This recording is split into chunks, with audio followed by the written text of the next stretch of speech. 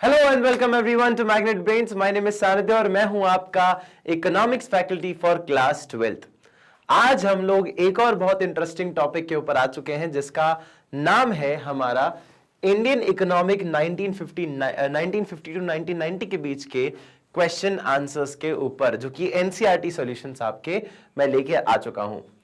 बेटा ये क्वेश्चंस आपके लिए इतने ज्यादा इंपॉर्टेंट है, इतने ज्यादा महत्वपूर्ण है कि आपके एग्जाम पॉइंट ऑफ व्यू से भी देखा जाए तो ये काफी अच्छा वेटेज रखते हैं और इनका काफी प्रेजेंस है, इनका काफी टेरिटरी है आपके सीबीएसई, आपके एमपी बोर्ड, आपके यूपी बोर्ड, बिहार बोर्ड, सारे बोर्ड्स के एक बड़े पेपर का एक बड़ा हिस्सा आता है। तो इनको करना तो बहुत जरूरी है आपके लिए और ये आपको टॉपिक का एक अच्छा ओवरव्यू भी देते हैं। किसी ने मान लीजिए अगर चैप्टर ना पढ़ा हो तो वो शायद क्वेश्चन पढ़कर ही, आंसर पढ़कर ही पूरे चैप्टर को एक अच्छे तरीके से शायद समझ भी ले।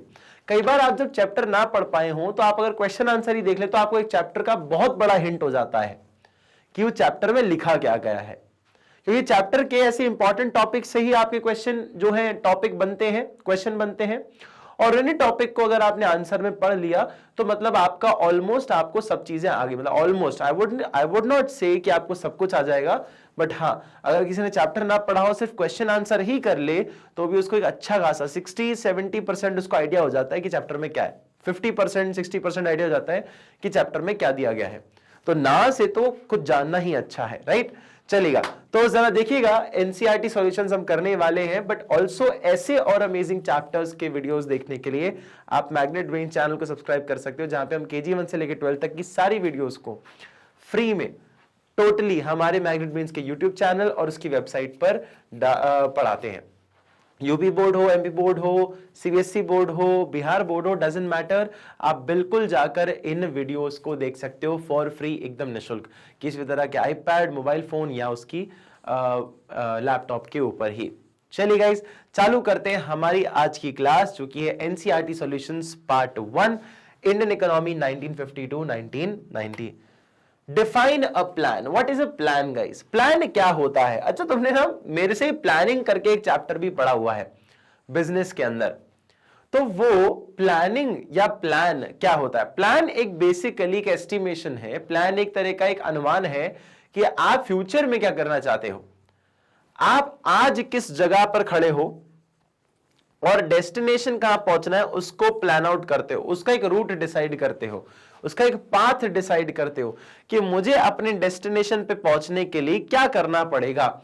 कि आज मेरा वेट अगर मान लीजिए मैं 83.5 केजीज का हूं, फॉर एग्जाम्पल 83.5 केजीज का अगर मैं हूं और मेरा आइडियल वेट होना चाहिए 67 केजीज, तो मेरे को कितना किलो कम करना पड़ेगा? 3 इधर 3 इधर, मतलब कुछ 16.5 किलो मुझे कम करना पड़ेगा।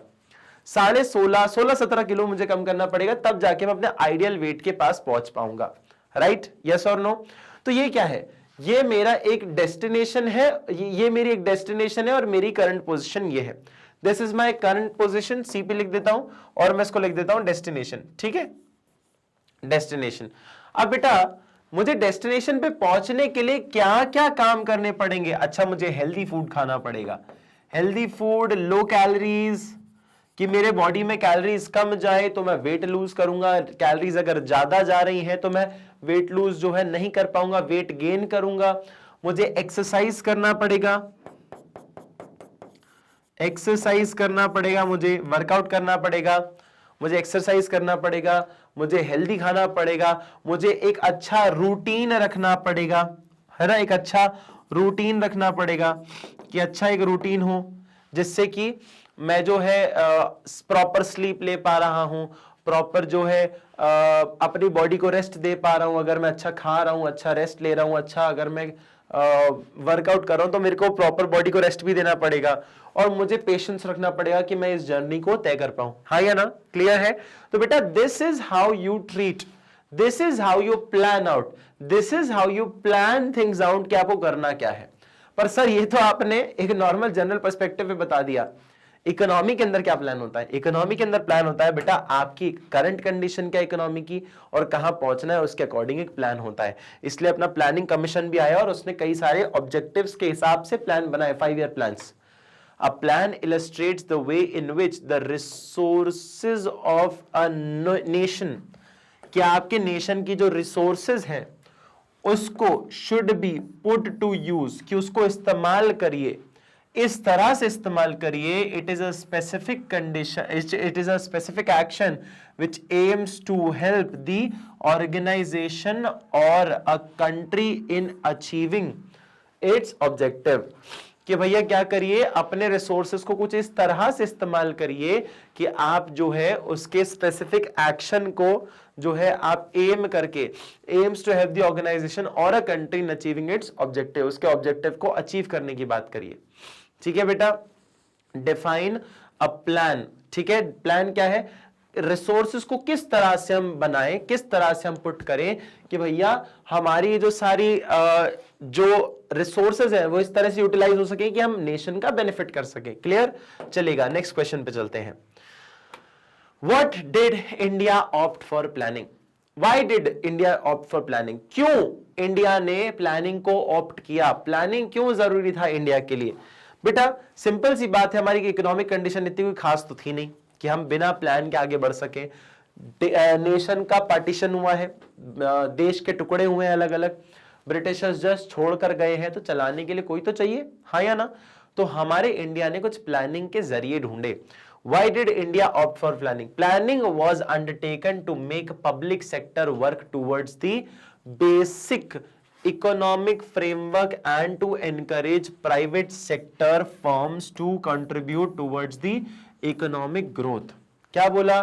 सिंपल सी बात, planning was undertaken, planning undertaken की गई थी to make public sector work towards, public sector मतलब सरकार जो है वो काम करे बेसिक कॉमन फ्रेमवर्क, मतलब कि बेसिक इकोनॉमिक फ्रेमवर्क के लिए काम करे, इकोनॉमी को और स्ट्रॉन्ग करने के लिए, इकोनॉमी को चलाने के लिए काम करे और एनकरेज करे हमारे प्राइवेट बिजनेसेस को, प्राइवेट सेक्टर को कि आप लोग भी मिलके आओ और काम करो, देश को आगे बढ़ाओ, देश की इकोनॉमी को और स्ट्रॉन्ग करो, कंट्रीब्यूट करो कि देश की इकोनॉमी और ग्रो करे, जीडीपी बढ़ाओ देश का, चीजें बनाओ, खुद से आत्मनिर्भर रहो, with the objective that the government would undertake comprehensive planning for the nation as a whole. The planning commission was established in 1950. बेटा क्या होता है, बिना प्लान के अगर कोई भी काम किया जाए तो उसमें नुकसान होने के चांसेस ज्यादा होते हैं। तो क्या बोला गया, आपने एक प्लानिंग कमीशन नाम का एक ऐसा अथॉरिटी बना दिया 1950s में, जब आप सारा कॉन्स्टिट्यूशन और पूरा एक एडमिनिस्ट्रेटिव सेटअप बना रहे थे खुद के लिए, तो उस टाइम पर आपने एक इनिशिएटिव लिया कि भैया हर 5 साल के लिए, हर कुछ सालों के लिए हम जो है कुछ प्लान बनाएंगे और उस प्लान का एक ऑब्जेक्टिव होगा, इंडस्ट्रीज को डेवलप करना, एग्रीकल्चर को डेवलप करना, या अलग अलग पर्सपेक्टिव से आपको प्लान बनाए जाएंगे। और वो प्लान क्या किया जाएगा, प्लान किया जाएगा इस चीज को मोटिवेट करेगा कि भैया हम जो चाह रहे थे आज से 5 साल बाद डेवलपमेंट इस देश के अंदर जिस सेक्टर में, उस सेक्टर के लिए हम प्लान बनाएंगे और वो रिजल्ट देखेंगे 5 साल बाद कि वो काम हो पाया कि नहीं। ठीक है, इस चीज को हाईलाइट करते हुए हम लोग ने प्लान बनाया, इंडिया ने प्लान को चूज किया। फिर आता है question number 3, why should plans have goal? Plans का गोल क्यों होना चाहिए? बेटा अगर आपका कोई गोल नहीं है तो प्लान नहीं होगा, अगर कोई गोल है तो प्लान करना पड़ेगा, सिंपल एज दैट। बेटा मेरा कोई प्लान नहीं था, मतलब मेरा कोई गोल नहीं है, तो क्या मैं प्लानिंग करना चालू कर दूंगा? एक बात बताओ, मेरे को अगर बाहर घूमने ही नहीं जाना तो मैं प्लानिंग क्यों करूंगा? है ना, राइट? यस और no? Why should plans have goal? Plans का गोल होना चाहिए कि नहीं होना चाहिए? अगर मेरा कोई एम ही नहीं है, मेरा कोई टारगेट ही नहीं है, तो मैं प्लान किस चीज का करूंगा? एक बात बताइए, ये तो वो वाली बात हो गई ना कि बचपन में जैसे करते थे ना अपन लोग कि बड़े हो जाएंगे तो भैया गाड़ी खरीद लेंगे, स्पेन घूमने चले जाएंगे, जैसे ही मैं 18 का होऊंगा, 10 साल के हो अभी मान लो, और जैसे ही मैं 18 का होऊंगा तो मैं तो भैया गोवा चले जाऊंगा घूमने, मैं चले जाऊंगा मनाली, फिर मैं चला जाऊंगा स्पेन घूमने। तो बचपन में जो प्लान बन रहे हैं वो गोल के हिसाब से बन रहे हैं, वो भी गोल के हिसाब से बन रहे हैं कि यार गोल है मेरा इधर जाना, तो एक काम करते पहले यहां से फ्लाइट लेंगे, फिर वहां पहुंचेंगे, फिर ऐसा करेंगे, फिर वैसा करेंगे। गोल आपने फिर भी सोच रखा है, लेकिन बिना गोल के प्लान नहीं बन सकता, राइट। प्लान बनाने के लिए गोल होना जरूरी है, कुछ डेस्टिनेशन तो हो। बिना डेस्टिनेशन के क्या जर्नी तैयार कर सकते हो? नहीं ना। Every plan should have a specified goal which it seeks to pursue. Plan का पर्पस यही है कि वो गोल जो सोचा है तुमने उसको पूरा करने का है। Goals are the ultimate target. Goal क्या होता है? आपका एक अल्टीमेट टारगेट होता है जिसको अचीव करने के लिए प्लान बनाया जाता है। जिसको अचीव करने को अगर आपको कोई गोल या टारगेट को अचीव करना है तो उस अचीवमेंट की सक्सेस को इंश्योर कौन करता है? आपका एक सक्सेसफुल प्लान। कि मेरा अगर प्लान सक्सेसफुल है तो मैं वो टारगेट अचीव कर लूंगा, सक्सेसफुल नहीं है तो टारगेट अचीव नहीं कर पाऊंगा। Simple as that. ठीक है। A plan specifies the means and ways to allocate scarce resources. एक प्लान जो है, a plan specifies the means and ways to allocate scarce resources. बहुत ही स्केर्स रिसोर्सेस को एलोकेट करने की बात कर रहे हैं। प्लान स्केर्स रिसोर्सेस मतलब क्या? जो चीज हमारे पास बहुत कम है, बहुत कम रिसोर्सेस की हैं, बहुत कम चीजें हैं हमारे पास, उसको किस तरह से इस्तेमाल करें भाई? उसको किस तरह से इस्तेमाल करें कि उसका एक एडवांटेज ले सके, right. In an optimum manner, एक ऑप्टिमम मैनर के अंदर to achieve these desired goals. ऐसे डिजायर्ड गोल को अचीव करने के लिए विदाउट स्पेसिफिक गोल्स के अलावा a plan would be directionless. एक प्लान जो है वो डायरेक्शनलेस होगा and resources would not be utilise. और रिसोर्सेज क्या है? वो यूटिलाइज नहीं होंगी in a proper manner without wastage. Wastage के बिना आप जो है इनको प्रॉपर तरीके से यूटिलाइज कर पाओगे। जैसे क्या होता है बेटा, अगर आपको प्लान नहीं होगा ना कोई भी, जैसे अगर जेब में जितना भी पैसा हो और कोई प्लान नहीं है कि भैया इतना ही खर्च करना है, तो जितना भी निकलता जाएगा उतना खर्च करते रहोगे जब तक आपके जेब से पैसा निकलना बंद ना हो जाए, राइट। तो प्लान होना बहुत जरूरी है। Therefore every plan should have specific goal. इस वजह से हर एक प्लान का एक स्पेसिफिक गोल होना चाहिए which it strives to achieve, जो कि वो कोशिश करे अचीव करने के लिए। Therefore, every plan should have a specific goal which it strives to achieve, जो कि उसको स्ट्राइव करना चाहिए अचीव करने के लिए। ठीक है। फिर आता है हमारे पास next question, what are high yielding variety seeds?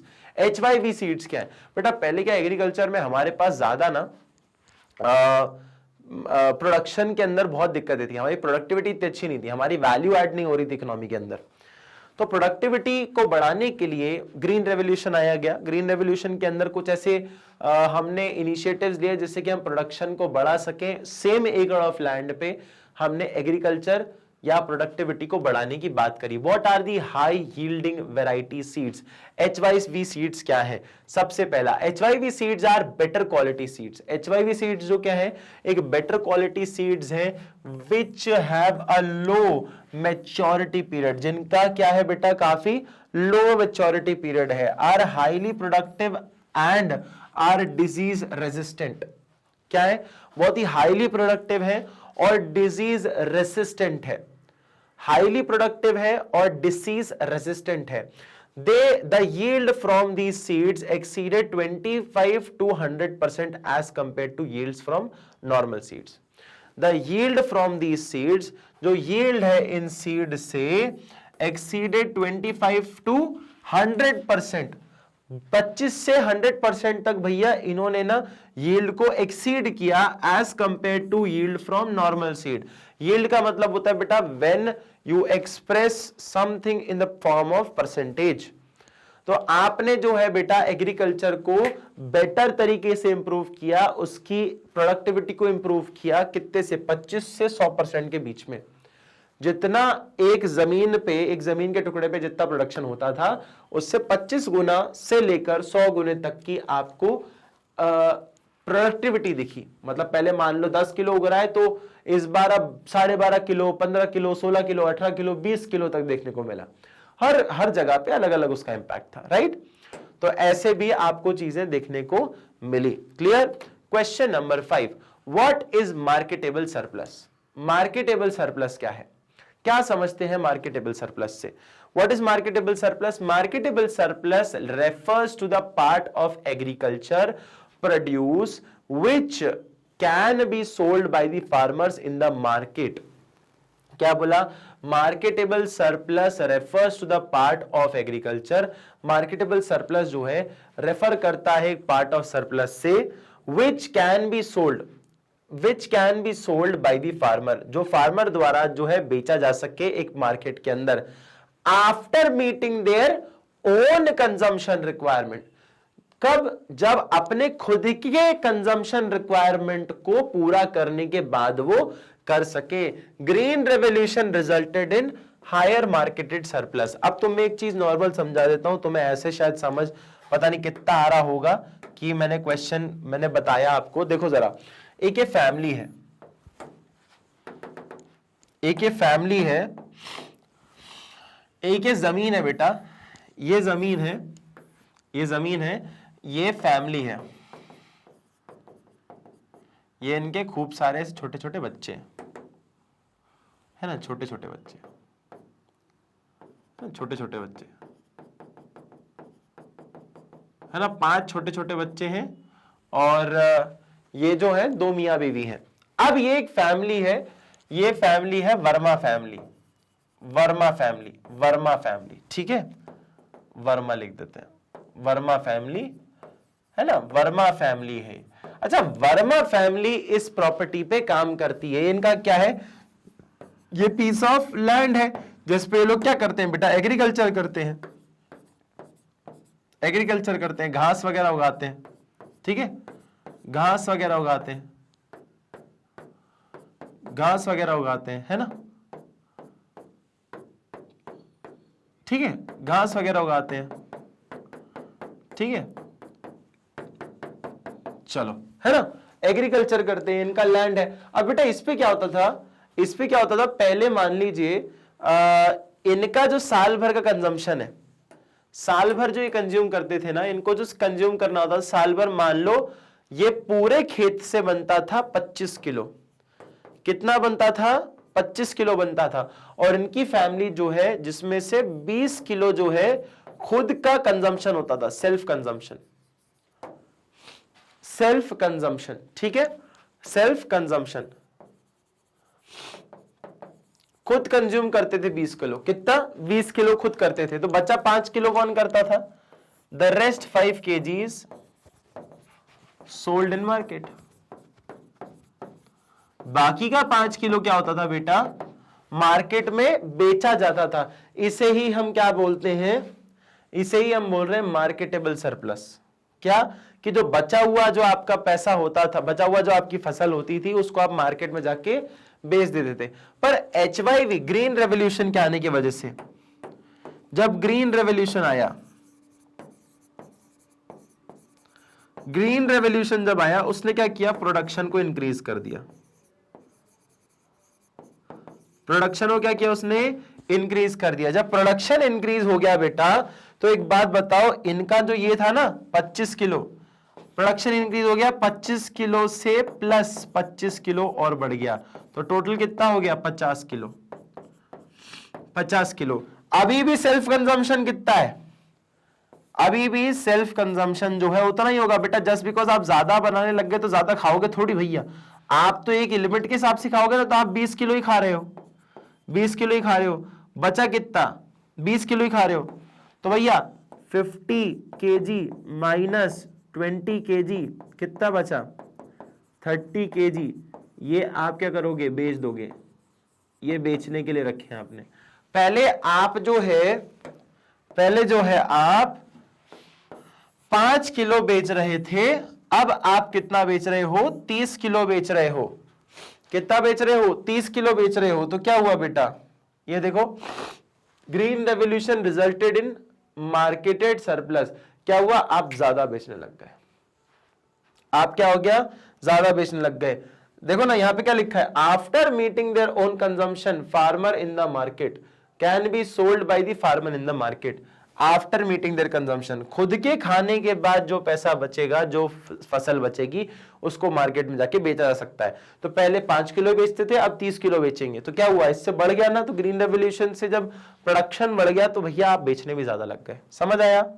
कोई दिक्कत, कोई परेशानी? चाहो तो इसका स्क्रीनशॉट लो, चाहो तो इसका स्क्रीनशॉट ले लो, फटाक से स्क्रीनशॉट ले लो। ठीक है, चलिए जी बेटा, चलिए जी नेक्स्ट क्वेश्चन पे आइएगा। Explain the need and the type of land reforms implemented in the agriculture sector. Agriculture sector में क्या लैंड रिफॉर्म्स इंप्लीमेंट किए गए, क्या जरूरत थी, क्या टाइप्स थे उनके, जरा उसके बारे में बात करते हैं। इन द एग्रीकल्चर सेक्टर, सबसे पहले at the time of independence, independence के टाइम पे the land tenure system was characterised by the intermediaries called zamindari या जगीदार्स। ठीक है, जमींदार या जगीदार के इंटरमीडियरी होते थे, रेंट वसूलते थे किससे, फार्मर्स से, जो कि उनके पे, जो उनके लैंड पे काम कर रहे हैं, उनसे रेंट वसूलते थे, उस लैंड का लगान लेते थे किससे, ब्रिटिशर्स को देते थे पैसा वसूल कर। The collected rent from actual tillers without contributing towards improvement in the farm. जमीन में जिससे एग्रीकल्चर हो रहा है उसमें जीरो इन्वेस्टमेंट करना है, लेकिन रेंट पूरा पूरा लेना है भाई साहब। This demotivated the actual tillers and resulted in low productivity. उससे हुआ क्या बेटा, जब आप टेक्नोलॉजी का कोई इंप्रूवमेंट करोगे नहीं, फसल अगर ढंग से उगेगी नहीं, तो रेंट कैसे वसूलोगे, और रेंट अगर वसूलना है आपको तो आप तो फिर दादागिरी कर रहे हो, है ना। ऊपर से जब ढंग से अगर कमाएगा नहीं किसान जो काम कर रहा है उसके ऊपर, उस पर अगर आप रेंट भी वसूल कर रहे हो, तो भैया ऑब्वियस सी बात है कि वो खुद क्या कमाएगा, खुद क्या खाएगा। इससे अच्छा तो रोड पे बैठ जाए, इससे अच्छा तो काम ही ना करे। हाँ या ना, मतलब ये तो वो वाली बात हो रही थी कि काम करने के बाद भी इंसान कर्जे में जा रहा है, काम नहीं कर रहा था तो कर्जे में नहीं था उल्टा, तो फिर करने की क्या बात है, मतलब क्या इंसान काम ही ना करे। तो लोगों का डिमोटिवेशन की वजह से, कोई भी टेक्नोलॉजी ना होने की वजह से, कोई इंप्रूवमेंट ना होने की वजह से प्रोडक्टिविटी काफी कम हो गई। Due to this reason there was an urgent need for land reform policy. इसीलिए बहुत ज्यादा जरूरी था लैंड रिफॉर्म पॉलिसी का आना। The agriculture sector in India adopted the following types of land reform strategy. Following types of land reform strategy अपनाई गई। सबसे पहले अबॉलिशन ऑफ इंटरमीडियरीज, मतलब ये जमींदार को हटाओ, पहले जमींदारी सिस्टम को हटाओ। The zamindari system was abolished, हटाओ इन इंटरमीडियरीज को बीच में से। Ownership rights were pass to actual tillers. Ownership rights जो है, ओनरशिप राइट्स मतलब क्या, जो अधिकार होगा ओनरशिप का वो किसके पास होगा, जो किसान काम कर रहा है उसके पास, उस जमीन का जिसपे वो काम कर रहा है। This helped the control the exploitation of actual tillers, the farmer by the owner, that is जमींदार। अब जमींदार क्या हो रहा है बेटा, जमींदार को पहले तो ब्रिटिशर्स से अपॉइंट किया जाता था कि तुम इस लैंड के जमींदार हो, इनसे रेंट वसूलना है तुम्हें। अब क्या हुआ, सरकार जब आई, सरकार ने बोला जमींदार को हटा दो, जो जिस खेत पे काम कर रहा है वो खेत उसका हो जाएगा, ठीक है, और सबको ना एक छोटा छोटा टुकड़ा दे देंगे, ठीक है। The abolition of intermediaries meant that around 200 lakh tenants came into direct contact with the government। जिससे हुआ क्या, जैसे ही जमींदार हट गए तो 2 लाख नहीं 200 लाख, मतलब 2 करोड़ लोग, 2 करोड़ जो किराएदार होते थे उस जमीन के, टेनेंट जो होते थे, वो सरकार के सीधे संपर्क में आए कि उनको डायरेक्ट जो है काम करने का मौका मिला। 2 करोड़ लोग एग्रीकल्चर कर रहे थे उस टाइम और डायरेक्ट सरकार के साथ मिलकर काम कर रहे थे। Ceiling on land holdings, land ceiling का मतलब है maximum limit was imposed on the land holding belonging to a particular family to promote equitable distribution of land holding. Land ceiling refers to fixing the size of land which could be owned by an individual. Simple सी बात है, एक आदमी अनाप शनाप जमीन नहीं खरीद सकता, सबको एक लिमिट सेट कर दी कि मतलब मान लो 10 एकड़ एक आदमी जमीन खरीद सकता है, उससे ज्यादा एक बीघा जमीन भी नहीं खरीद पाओगे आप। आपको फिक्स कर दिया प्राइस, क्योंकि ये तो वाली बात होगी ना कि जिसके पास पैसा है वो तो फिर तो कुछ भी खरीद लेगा, जितनी मर्जी होगी उतनी खरीदता जाएगा। पर जिसके पास नहीं बेचारा आदमी तो कभी खरीद ही नहीं पाएगा, हाँ या ना। तो आपने लिमिट ही फिक्स कर दी जिससे कि इक्वालिटी बनी जाए, इक्वालिटी बन जाए, जिससे क्या हो, इक्वालिटी बन जाए, जिससे कि जो भी डिसीजन लेना होगा या जो भी आगे अगर देश को चलाना होगा तो वो इंसान अपनी ही जमीन पे काम करके मेहनत करके कुछ पैसा बनाकर अपने खर्चे या जीवन चला सके, वरना वो भी सरकार पे निर्भर रहेगा नहीं तो। ठीक है, what is green revolution? Green revolution क्या है, why was it implemented and how did it benefit the farmers, explain in brief. बेटा मैंने आपको बताया था ग्रीन रेवोल्यूशन क्या है, जरा सोचो बताओ क्या होगा इसका आंसर। चलिएगा, what is green revolution, question number 7। अच्छा ग्रीन रेवोल्यूशन क्या है, why was it implemented and how did it benefit the farmers, farmers को कैसे बेनिफिट किया गया, एक्सप्लेन इन ब्रीफ। चलिएगा जरा देखते हैं बेटा। Green revolution refers to a substantial increase in the production of food grains, food grains के प्रोडक्शन को बढ़ाने की बात कर रहे थे आपके, substantial increase in the production of food grains, food grains के अंदर इंक्रीज करने की बात कर रहे हो प्रोडक्शन की, resulting from the use of high yielding variety seeds, HYV seeds का इस्तेमाल करके आप जो है प्रोडक्शन कर रहे हो, इंक्रीज कर रहे हो फूड ग्रेन्स का, and the increased use of fertilisers, और फर्टिलाइजर्स का इंक्रीज्ड यूज करने की बात कर रहे हो, increased use in fertilisers, pesticides, irrigation facilities. It resulted in increase in crop yielding need to make India self sufficient in food grains. Food grains के अंदर इंडिया को self sufficient बनाना है कि आप नहीं चाहते कि ये छोटी मोटी चीजें जो हैं फूड ग्रेन्स की वो भी आप इंपोर्ट करवाइए बाहर के देशों से। You want your country to be self sufficient, कि आप खुद के लिए ही आत्मनिर्भर हो जाएं और आपको कहीं और जाने की किसी की जरूरत ना पड़े। Green revolution was implemented because of the following reasons. Following reasons क्या थे? फूड सिक्योरिटी, आपके पास खुद के लिए खाने के लिए सामान होना चाहिए, हर चीज के लिए दूसरों पर निर्भर रहना बहुत बुरी बात होती है, और देश के लिए तो एस्पेक्ट से सोचे तो बहुत ही बुरा है कि खाने की चीज के लिए भी अगर हम दूसरे लोगों पर निर्भर हैं तो मतलब उससे बुरी कोई बात नहीं हो सकती। The colonial rule made had made Indian agriculture suffer from low level of productivity। हमारे कॉलोनियल जो रूल था उसके अंदर हमें काफी लो लेवल ऑफ प्रोडक्टिविटी से सफर करवाया गया, specially in food grains, food grains के अंदर, as more emphasis during colonial rule had been on cash crops। Cash crops के अंदर जो है भैया हमारा क्या है, ज्यादा एम्फेसिस दिया गया, which served as a raw material to British industry, जिसने क्या सर्व किया बेटा, रॉ मटेरियल को सर्व किया ब्रिटिश इंडस्ट्री के अंदर। This resulted in shortage of food grain, इसने क्या किया, इसने रिजल्ट किया शॉर्टेज ऑफ फूड ग्रेन के अंदर, इसने रिजल्ट किया, this resulted in shortage of food grains in India, India के अंदर फूड ग्रेन्स के शॉर्टेज होने लगे, and made green revolution necessary to ensure the food security of the population, कि पॉपुलेशन तो बढ़ती जा रही है, हमारे यहाँ फूड सिक्योरिटी की जरूरत इसलिए क्योंकि भैया हमारे लिए पास खाने की चीजें भी तो होनी चाहिए। ग्रीन रेवोल्यूशन ने वो इंश्योरिटी हमें दी कि हम जब प्रोडक्शन बढ़ा रहे हैं तो आपके पास फूड ग्रेन्स की चीजें भी बची होंगी। क्लियर? चलिए जी नेक्स्ट क्वेश्चन पे चलते हैं। लो इरिगेशन फैसिलिटी, इरिगेशन फैसिलिटी काफी लो हो जाना था, land area under irrigation cover was only 17% इन 1951। बेटा जमीनें तो बहुत है लेकिन उपजाऊता भी तो होनी चाहिए ना, उपजाऊता भी तो होनी चाहिए। उपजाऊता का मतलब होता है कि एक लैंड की फर्टिलिटी पावर, हमारे पास जमीनें बहुत हैं, जैसे बोलते हैं ना बंजर जमीन, बंजर जमीन वो जमीन होती है जिसपे कुछ उगा नहीं हो या जिसपे कुछ उग नहीं रहा हो, बंजर जमीन मतलब जिसपे कुछ उग नहीं सकता, ऐसी जमीनें।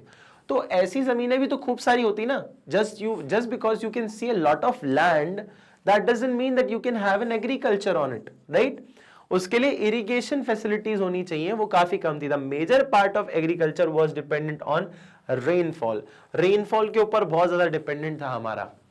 From monsoon and in cases of scanty rainfall और delayed monsoon crops were destroyed, कि अगर मान लो मॉनसून शिफ्ट हो गया, मौसम में थोड़ा चेंज आ गया, मॉनसून उस टाइम पर नहीं आया जब टाइम पे सबसे ज्यादा पौधों को जरूरत थी पानी की, सूखा पड़ गया, बारिश आज होनी चाहिए थी एक्सपेक्टेडली, इस हिसाब से हमने फसल उगाई थी, लेकिन वो आज से 20 दिन बाद वो बारिश हो रही है, तो 20 दिन तक अगर पानी नहीं दोगे पौधों को तो भैया वो तो हालत खराब हो जाएगी उसकी, वो तो कुछ काम ही नहीं कर पाएगा, right. This caused low level of agricultural production, इसने क्या किया, low level of agricultural production किया, and a means which needed to overcome it, और एक ऐसा मीन्स जिसने उसको ओवरकम करने की बात करी। कन्वेंशनल मेथड, कन्वेंशनल मेथड मतलब क्या, the use of conventional input and absence of modern techniques led to low level of agriculture productivity. Conventional input and absence of modern technology techniques, simple सी बात है, आप नई टेक्निक्स का इस्तेमाल कर नहीं रहे हो, आप नए तरीके से अगर काम नहीं करोगे तो आपका प्रोडक्शन नहीं हो पाएगा, सिंपल एज दैट। आपको नए तकनीकें अपनानी पड़ेंगी, नई चीजें को इंप्लीमेंट करना पड़ेगा, जो बेटर मेथड्स हैं, जो बेटर इन्वेंशंस हो रहे हैं उनका इस्तेमाल करोगे, तभी तो आप एक बेटर एग्रीकल्चर या बेटर प्रोडक्टिविटी को शो कर पाओगे, right. Green revolution benefited the farmers in the following veg. पहली बात, लोगों की इनकम बढ़ी, कैसे बढ़ी, जब प्रोडक्शन ज्यादा होगा तो इनकम ज्यादा हो जाएगी। Green revolution help the farmers to increase the productivity of their land holdings, increase productivity led to increase in income, simple as that. जितना फसल ज्यादा होगा उतना पैसा ज्यादा बनेगा, तो ये तो बोला, फसल ज्यादा उगवा दी तो पैसा भी ज्यादा बन गया। Reduced vulnerability to natural forces, कि भैया सिर्फ बारिश पे ही टिके हुए हैं, ऐसा नहीं होना है। Before the advent of green revolution, farmers were very much affected by the fluctuations of climate. Climate के fluctuation से बहुत ज्यादा परेशान रहते थे। The various techniques of green revolution reduce the vulnerability. Vulnerable मतलब क्या, कभी क्या हो जाए, किसको क्या हो जाए पता नहीं, to normal natural forces and helped them to harvest good crops even in adverse conditions. कि भैया वो एक अच्छी खासी फसल जो है काटते थे हमेशा, इवन अगर क्लाइमेट में कोई भी चेंज हो रहा है तब भी, क्योंकि इन्होंने ग्रीन रेवोल्यूशन के अंदर ऐसी टेक्निक्स को या ऐसी चीजों को फॉलो किया जिससे प्रोडक्टिविटी आपकी ज्यादा इंप्रूव हो जाए। ये इंपैक्ट्स थे हमारे ग्रीन रेवोल्यूशन के, ठीक है। उसके बाद आता है question number 8, explain growth with equity. Growth को एक्सप्लेन करिए with equity as planning objective. Planning objective के लिए ग्रोथ विथ इक्विटी, आप ये चाह रहे हो, इस वर्ड से क्या समझते हो, आप चाहते हो कि आप अपने इकोनॉमी को या देश को आगे भी बढ़ाना चाहते हो, लेकिन सबको साथ ले जाकर। ऐसा नहीं होना चाहिए कि देश आगे तो बढ़ रहा है लेकिन गरीब आदमी गरीब और गरीब होता जा रहा है और अमीर आदमी और अमीर होता जा रहा है। तो आप चाह रहे हो कि ग्रोथ तो हो देश के अंदर, लेकिन सबके साथ, सबका साथ सबका विकास, सेम। क्या बोल रहे हैं, यही बात का काम है ये, ग्रोथ हो लेकिन इक्विटी के साथ।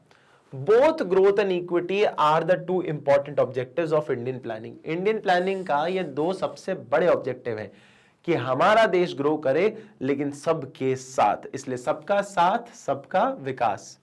While growth refers to increase the national income, growth को आप जो है अलग अलग पर्सपेक्टिव से जान सकते हो कि जैसे मान लो नेशनल इनकम बढ़ जाना, जीडीपी का बढ़ जाना, है ना, over a long period of time, है ना, over a long period of time, एक लंबे समय तक।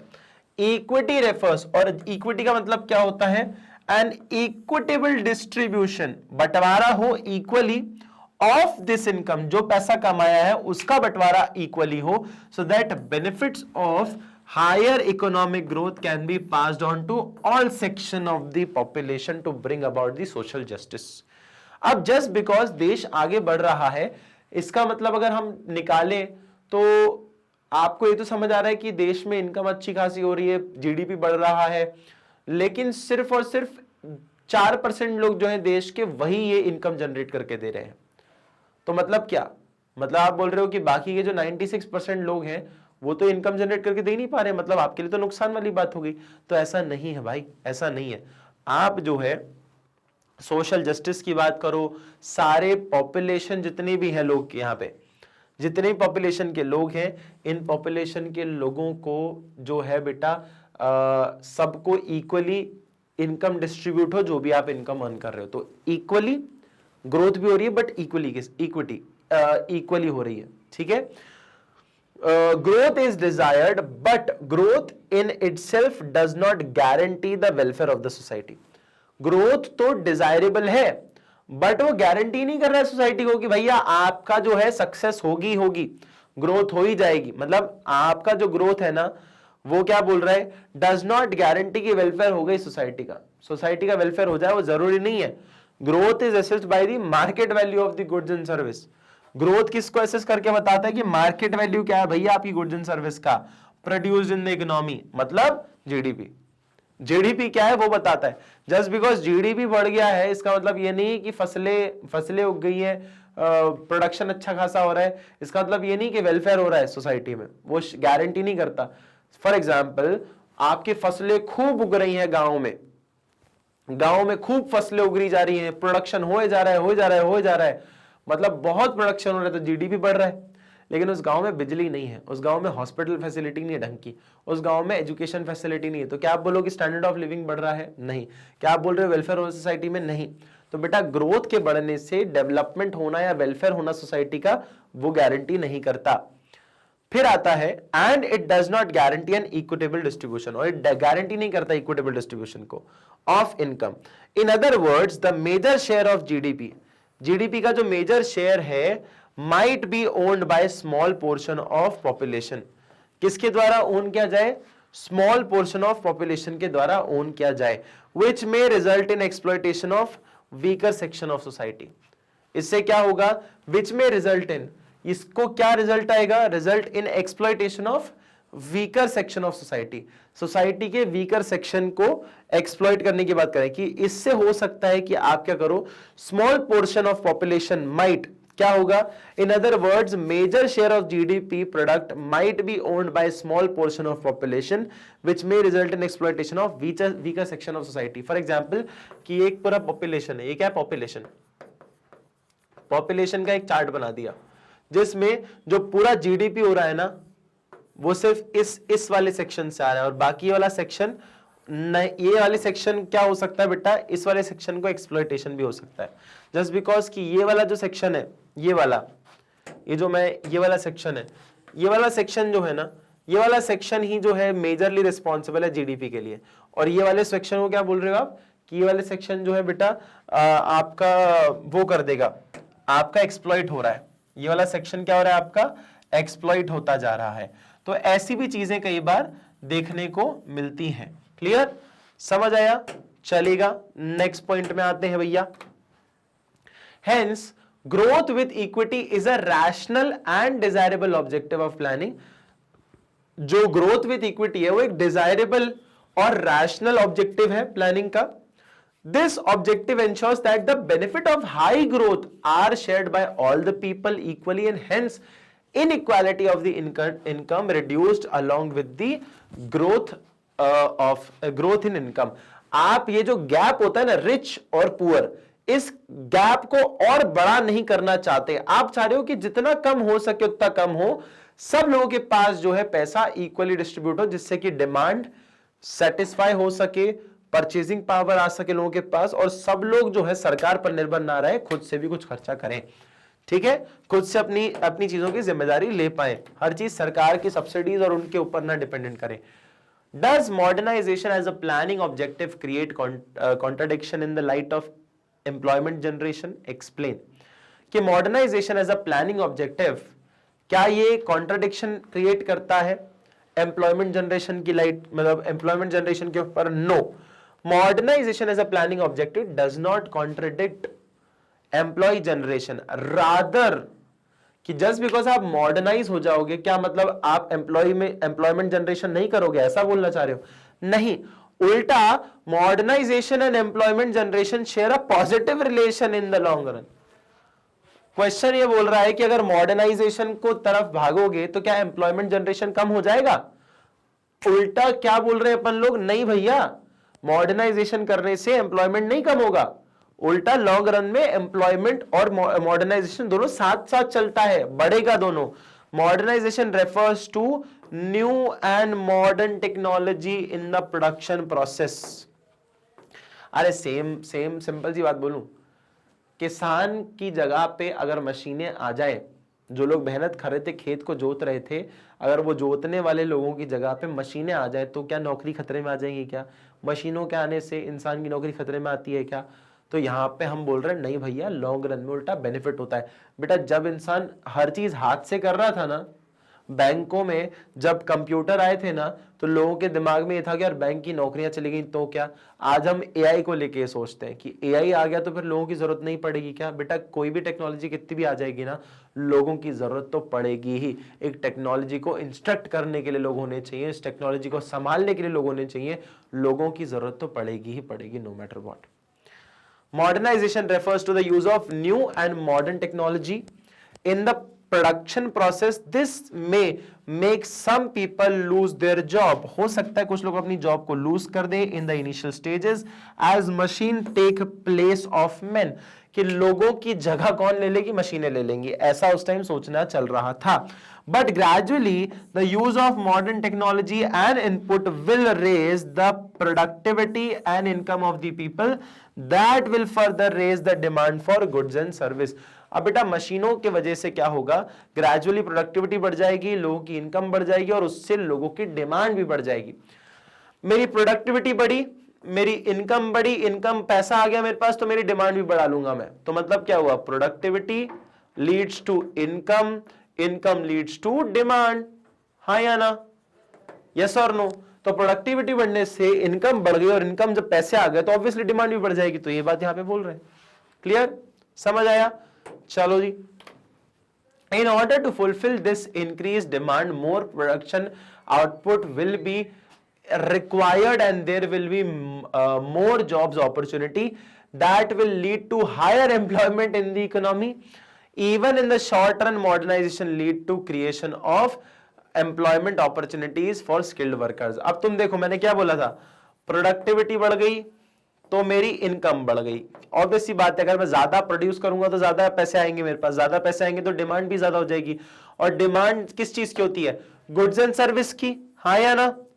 अब मार्केट में गुड्स एंड सर्विसेज की डिमांड अगर बढ़ जाएगी तो भैया बनाने वाले लोग भी तो होने चाहिए, और बनाने वाले लोग अगर चाहिए होंगे तो भैया एम्प्लॉयमेंट भी बढ़ जाएगा। लो, अगर ज्यादा लोग आपके सामान मांगेंगे, सर्विसेज मांगेंगे, तो भैया देने वाले लोग भी तो होने चाहिए, एम्प्लॉयमेंट बढ़ जाएगा। समझ आया? वही यहां पे बात बोली गई है।